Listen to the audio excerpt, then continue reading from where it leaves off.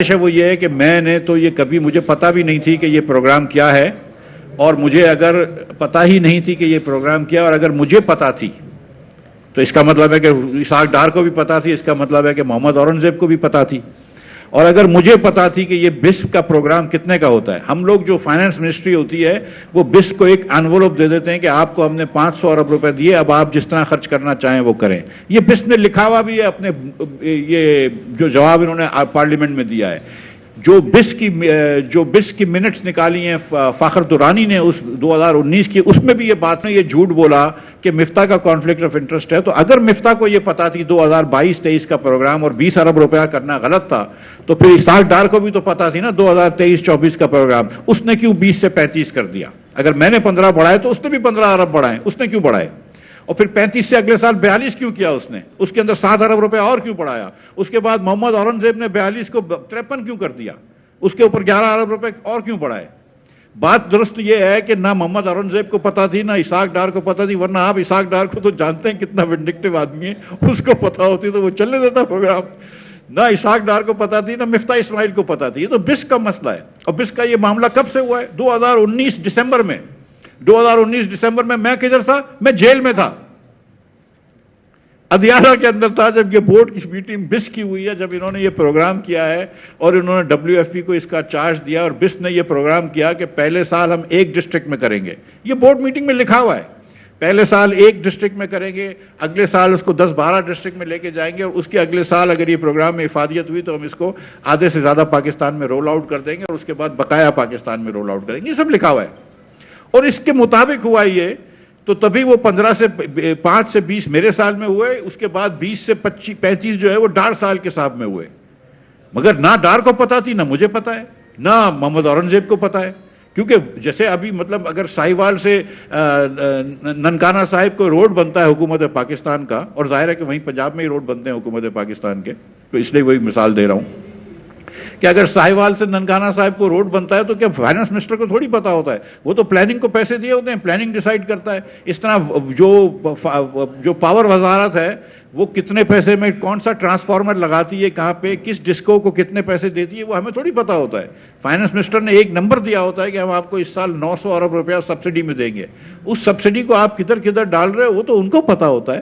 بہت کوئی substantial number ہو تو آپ کے پاس آتا ہے، لیکن جدھر 30,000 ارب روپے آپ خرچ کر رہے ہیں وہاں پہ 18-20 ارب روپے کا پروگرام تو کبھی بھی آپ کو نہیں پتا ہوتا۔ دوسری بات جو بس نے لکھ کے دی ہے کہ بس نے یہ پروگرام کیوں بڑھایا، تو انہوں نے کہا کہ یہ IMF اور ایشین ڈیولپمنٹ بینک کی کنڈیشنز ہیں، تو بس نے یہ اپنی طرف سے نہیں کیا، اور یہ IMF اور ایشین ڈیولپمنٹ بینک کی کنڈیشنز ہیں، اور اتفاق ہے کہ 2024 میں 3 سال کے لیے بس نے پھر سے یہ سائن کرا ہے ڈونر ایجنسیز کے ساتھ۔ یہ بھی کاغذ میرے پاس کہ مجھے کل کسی نے بھیجا ہے، تو اور مجھے تو یہ کوئی نمبرز پتا نہیں تھے جب تک کہ فاخر درانی نے مجھ سے یہ سوال نہیں پوچھے تھے۔ اور یہ جو امپلائی کر رہے ہیں کہ پورے کے پورے پیسے میری کمپنی کو ملتے ہیں، تو یہ ایک دم جھوٹ ہے۔ میں نے آج تک 1 روپے کا مال بس کو نہیں بیچا ہے۔ ہم ورلڈ فوڈ پروگرام کو بیچتے ہیں، ورلڈ فوڈ پروگرام اس میں سے کچھ حصہ، چھوٹا سا حصہ، اس سال جس سال میں وزیر تھا 27% حصہ پاکستان میں دیتا ہے، اور دنیا بھر کے اندر باقی ہمارا مال لے جاتا ہے۔ کونگو میں ہم دیتے ہیں، ملاوی میں ہم دیتے ہیں، کینیا میں ہم دیتے ہیں، سوڈان میں ہم دیتے ہیں، یمن میں ہم دیتے ہیں، میانمار میں ہم دیتے ہیں، بنگلہ دیش میں ہم دیتے ہیں، اور بتیری کمپنیاں دیتی ہیں، 2 کمپنیاں اور پاکستان میں بھی ہیں، اور دیگر دنیا بھر میں کمپنیاں ہیں۔ تو اللہ تعالیٰ کی مہربانی سے یہ کام تو ہم 20-25 سال سے کر رہے ہیں، اور یہ WFP کے کہنے پہ ہم نے شروع کرا تھا، کیونکہ یہ 3rd ورلڈ کنٹریز میں کیپیسٹی ڈیولپ کرتی ہے۔ تو ایک دم جھوٹ ہے، اور منطقی نہیں ہے، کیونکہ اگر غلطی میری تھی تو پھر ڈار اور اورنگزیب کی بھی تھی، اور لیکن مجھے سچی بات بتا رہا ہوں کہ نہ مجھے پتا تھی نہ ان لوگوں کو پتا ہوتی ہے۔ دوسری بات جو انہوں نے کہی کہ ورلڈ فوڈ پروگرام نے پیپرا رولز فالو نہیں کرے۔ برٹش ایئر ویز بھی پیپرا رولز فالو نہیں کرتی ہے، قطر ایئر ویز بھی پیپرا رولز فالو نہیں کرتے ہیں، کیونکہ وہ حکومت پاکستان کی کمپنیز نہیں ہیں۔ ورلڈ فوڈ پروگرام نے ان کو کہا کہ ہم اپنے UN کے پروٹوکول فالو کرتے ہیں، وہ UN کی ایجنسی ہے۔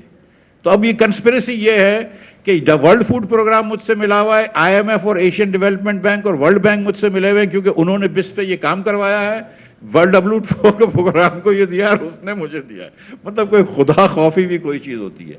یہ کمپلیٹ جھوٹ بول رہے ہیں، اور یہ جھوٹ اس لیے بول رہے ہیں کہ میں ان کے بارے میں سچ بولتا ہوں، ورنہ اگر کانفلکٹ آف انٹرسٹ سمجھنا ہے تو پھر شہباز شریف صاحب کی 2 شوگر ملیں ہیں، وہ شوگر مل کے مالک ہیں ان کے بیٹے مالک ہیں، لیکن وہ شوگر کے اوپر جو فیصلہ کرتے ہیں ایکسپورٹ کا، تو وہ کانفلکٹ آف انٹرسٹ انوشا بی بی کو نظر نہیں آتا؟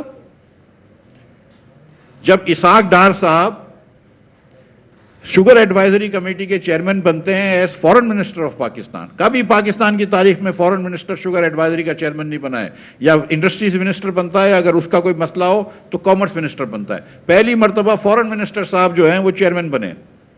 تو انوشا بی بی کو اسحاق ڈار کی وہ کانفلکٹ نظر نہیں آئی کہ اسحاق ڈار کو شوگر انڈسٹری کا شوگر ایڈوائزری بورڈ کا چیئرمین بنایا اور اس نے فورن ایکسپورٹ کی اجازت دے دی، اور پھر ایکسپورٹ کے کرتے رہے، پرائسز بڑھتی رہی، ایکسپورٹ کرتے رہے، پرائسز بڑھتی رہی، ایکسپورٹ کرتے رہے، پرائسز بڑھتی رہی، اور انہوں نے روکا نہیں؟ یہ نظر نہیں آیا انوشا بی بی کو اسحاق ڈار کے بارے میں؟ طارق فضل چودھری کو یہ نظر نہیں آیا کہ اگر ایک وزارت ایک وزیر ہو آئی ٹی کمپنی کی اور ٹیلی کامز کی، اور وہ اپنے شوہر کو پی ٹی ایس ایل کو فورس کر کے اپنے شوہر کو ڈائریکٹر بنا دے جہاں پہ لاکھوں روپے کی مراد ملتی ہیں، تو انوشا بی بی کو اور طارق فضل چودھری کو یہ نظر نہیں آیا کانفلکٹ آف انٹرسٹ؟ اگر کانفلکٹ آف انٹرسٹ 2022-23 میں تھا تو پھر 2023-24 میں وہ پروگرام کو 15 ارب روپے سے کیوں بڑھا دیا گیا؟ اگر کانفلکٹ آف انٹرسٹ 2022-23 میں تھا تو 2024-25 میں بڑھایا، 2025-26 میں ابھی تک کیوں چل رہا ہے؟ تو پھر اگر پیپرا رولز 2022-23 میں فالو نہیں کیے گئے تو 24-25 میں 25-26 میں ہوئے، پیپرا رولز تو ادھر اپلائی نہیں ہوتے، پاگل جیسی باتیں کر رہے ہیں۔ مطلب یہ بے بنیاد باتیں اس لیے کر رہے ہیں کہ میں ان کے بارے میں سچ بولتا ہوں۔ اب میں آپ کو یہ بتاؤں کہ چینی کے اوپر میں نے بہت بات کی ہے، بالکل کی ہے، چینی کے اوپر ایکسپورٹ کروایا، جان بوجھ کے کرایا۔ اس دن میں نے کہا، مجھ سے ایک اینکر نے پوچھا کہ یہ کیا مسئلہ ہے، میں نے کہا کوئی مسئلہ نہیں ہے، یہ مصلحت ہے۔ آپ چینی کا ایکسپورٹ کرواتے ہیں یہ جانتے بوجھتے ہوئے کہ چینی کی قیمت بڑھے گی، اگر چینی کی قیمت بڑھوانا مقصود نہیں ہوتی تو ایکسپورٹ نہیں کرواتے، ظاہر ہے کہ یہ بات طے ہے۔ اور آج امپورٹ جو کر رہے ہیں اس سے بھی میں آپ کو بتاؤں کہ مل کا ہی فائدہ ہوگا۔ کیوں فائدہ ہوگا؟ مل اونرز کا، کیونکہ اب جب امپورٹ ہوگی تو اب تو پرائسز بڑھ گئی نا، 200 روپے کے اوپر تو ہو گئی، چڑیا چگ گئی کھیت۔ اب جب یہ 200 روپے سے پرائس جو ہے نومبر میں جب چینی آئے گی باہر سے تو کیا ہوگا؟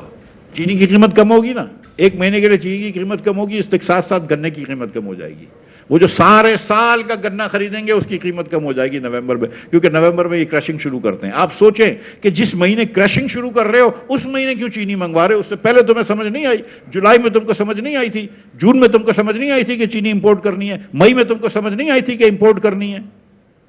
اور یہ جو کہتے ہیں کہ ہم فارمرز کے فائدے کے لیے کر رہے ہیں، کمپلیٹ جھوٹ ہے۔ فارمرز تو بیچ چکے تھے دسمبر تک، جنوری تک ساری کی گنا، اس کے بعد آپ نے تو مارچ میں اجازت دی ہے۔ فارمرز سے تو آپ کو کوئی توقع نہیں رکھانی چاہیے مسلم لیگ حکومت کو، فارمرز کو کوئی توقع نہیں رکھنی چاہیے مسلم لیگ حکومت کو۔ انہوں نے تو ویٹ کے فارمرز کو بھی مار ڈالا ہے، یہ بات ایک دم صفا جھوٹ ہے۔ پھر دوسری بات کہی ہے میں نے، ٹریبیون اخبار میں آیا، نیشن میں آیا، پرو پاکستانی میں آیا، دیگر اور اخباروں میں آیا کہ بھئی 244 ارب روپے کی حکومت پاکستان نے اوور بلنگ کی ہے، جس میں لیسکو شامل ہے، جس میں ہیسکو شامل ہے، Hyderabad electric supply, Lahore electric supply, Sukkur electric supply, Peshawar electric supply اور ملتان الیکٹرک پاور کمپنی، یہ کمپنیاں شامل ہیں۔